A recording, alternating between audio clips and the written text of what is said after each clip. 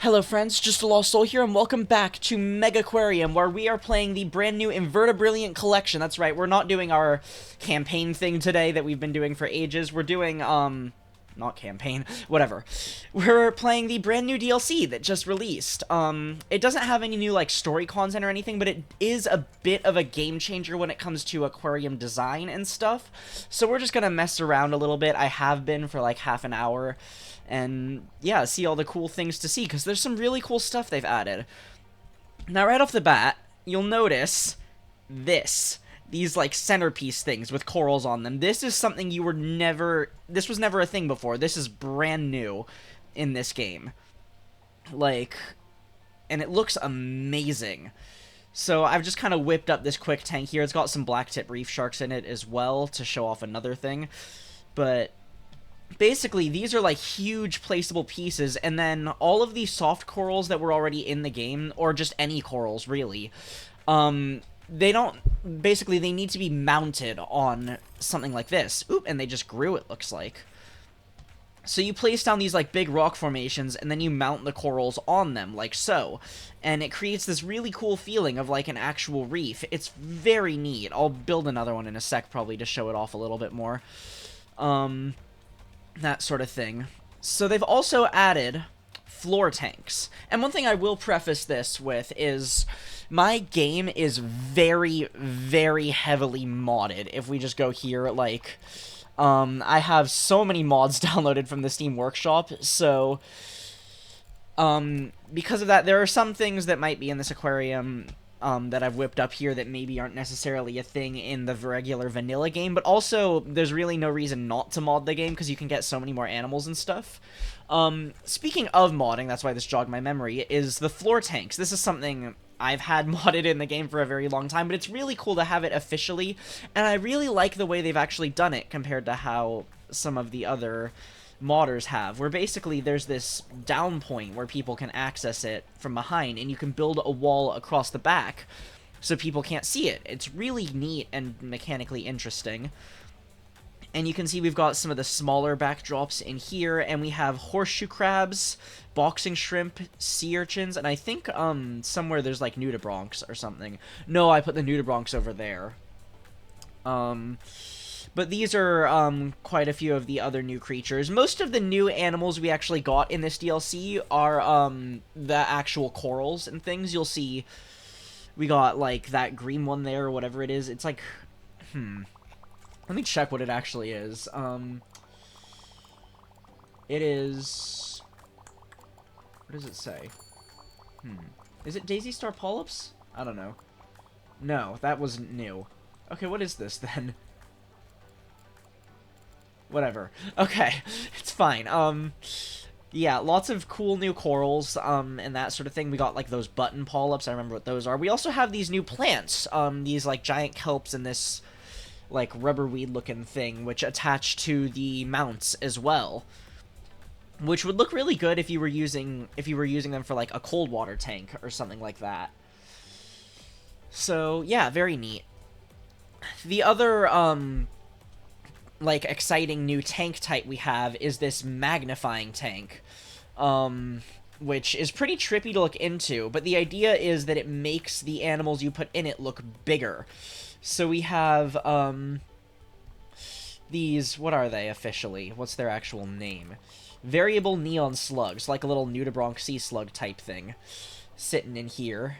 And you can look at it normally this way, but if you look at it from here, it's very trippy and warped. And yeah, the idea is it makes, like, tiny creatures look a little bit bigger. We have a hermit crab in this one. He's hiding out in the rock. He hasn't been fed. Oh, he doesn't have any actual fish living in here, so that might be part of the thing. He's a scavenger. 1 second. Oop, I did not mean to do that. Okay. We'll just put an azure damsel in there, and he should get fed that way. Yeah, if you're new around here just clicking for the DLC, this is heavily, heavily, heavily modded. So, yeah, interesting things. Yeah, so those are kind of our new, like, sort of basic content things. They're pretty pretty neat. I'm very excited. There's also been some cool quality of life changes. One thing that is an absolute game changer, we have these new sea apples as well. These are inverts too. Even though they're not attached. Are things not getting fed in here? What the heck are my staff doing? Oh god, it's just like the playthrough. So, a couple things. You can now hover over the capacity thing and see what the total capacity is going to be once all your animals are fully grown. This is huge. Like, if you've been watching our campaign playthrough at all, you know how much time I've spent just on my calculator on my phone doing, like, math to make sure we have enough room for when our animals grow. This is an absolute game changer of a quality of life upgrade, and I'm so happy about it. Yeah, okay, we got our black-tip reef sharks in here. They're hopefully going to be fed, because, good lord, they do take skills, so it's probably taking them a while. You can see in our message log as well, we've got some new filters. There's been some other little tweaks here and there, nothing else nearly as earth-shattering as that, but yeah, very, very cool stuff. So, I think I'm going to expand this way a little bit. And we're going to put in another tank just so I can kind of show off these features. We'll just go into tanks real quick. You can see, again, the plethora of modded tanks I have. And I think we'll just get a deep wall tank. Keep it simple. We'll do that, like that. And we'll put it... It's like a test aquarium, but I care about what it looks like. You know what I mean? Like, after today, we're probably never playing here again, but... Here, we'll put a second one, too, just so we can decorate more. Isabel is stuck. That's okay. There we go. Put these down. We'll do some... I'm using the silly little modded filters that are awesome, because I don't want to spend a ton of time finagling everything. But yeah, okay, so the way this works is you go into your decorations, and we've got two new tabs, which are backdrops and centerpieces. And you can see we've got kind of like different sizes of everything. The medium centerpiece is too big to fit in these short ones. You want to use the small for that. So we'll put that there and that there like that. Oop. And then we can take... We have the medium backdrop, which doesn't look like much, and you might assume your first instinct might be to place it, and then... But that looks really weird, you know? So what we do, we'll get rid of that, is you take it, and you click and drag, and you can bring it all the way along the back. Really cool. Maybe put, like, a small one there. Yeah, like a little shelf sort of thing. Awesome. And then you can, then you have these rock formations, which even just by themselves look really cool. I love, like, the purple and just, like, how knobbly these look. Like, they look fantastic.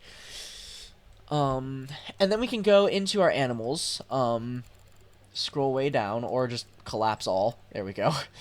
We'll go soft coral and these things. Yeah. So you can see, we have, like, our modded corals and stuff, which are still kind of their own thing. This is the way... This is actually kind of useful, because I can show the way corals used to be, because these modded corals are based on that. Where it was like... Oh! Other major quality of life change. When you click in different things, it remembers where you were. This is also huge. Again, if you've been watching my regular playthrough of this game, where we're just building an aquarium, there's so many times... where, especially when it's modded, like, things take a long time to load, so you'd click off, and you'd need to wait for everything to load before I could scroll down to what you needed, like so.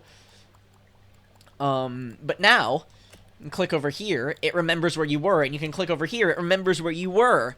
It's huge. I don't think they even mentioned that was coming in, like, the notes about updates and that sort of thing, but that is a humongous deal.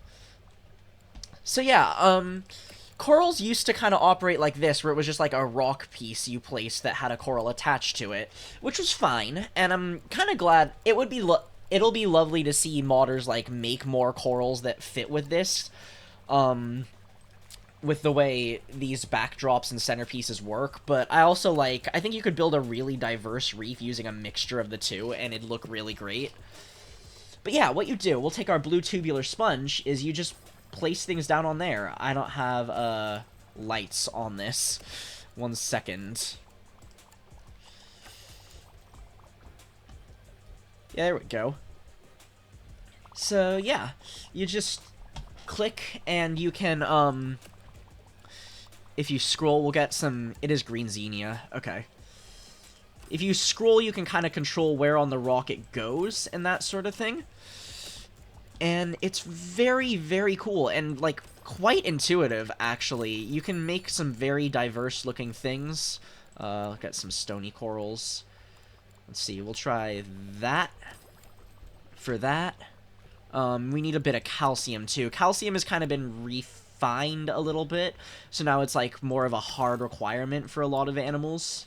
The corals especially. I really like this maze coral that's new. We'll put some of that down. And we've got, toadstool leather coral.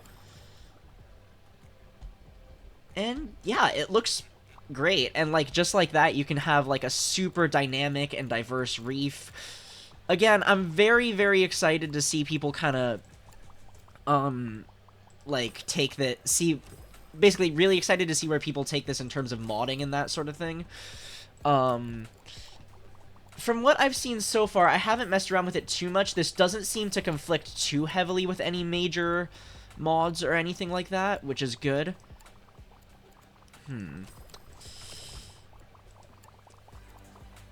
Okay, yeah, so... We also have, like, these sea squirt type ones, which are pretty cool. We need, some zooplankton and some more krill for these guys, so we'll get that going. But yeah, it's very, very exciting. I'm honestly just kind of thrilled this game is still getting support. It feels like every 2-3 years, the developers... I'm actually not sure if it's multiple people. It might just be one person. I don't know for sure. The dev... Whoever made this game, they just kind of pop up out of nowhere sometimes with, Cocoa worm is a wimp. Interesting. Yeah, they just kind of pop up out of nowhere with, like... Words. What are the words? DLC. I just flubbed that. So we got these tube worms, too, which are very, very cool. But yeah, just like that, I mean, this is just like a slapdash little thing, but you can imagine, like, once all of these have grown in and stuff, how easy it'll be to make an amazing-looking, huge reef tank. Yeah. It's very cool. And then we've got this one as well. We'll just slap this together. And I want to talk a little bit more about just, like, the game and that sort of thing, and the state of things. Like, look at that. Right off the bat. Done. So this DLC, on the whole, it is $10, which I think is a pretty reasonable price. It's a solid, like, thing for DLC. I'd say it's absolutely worth it. Like, the amount of things this changes, I actually think, to me, the quality of life changes are possibly an even bigger deal, just for general gameplay. Oh yeah, there's also a new soundtrack.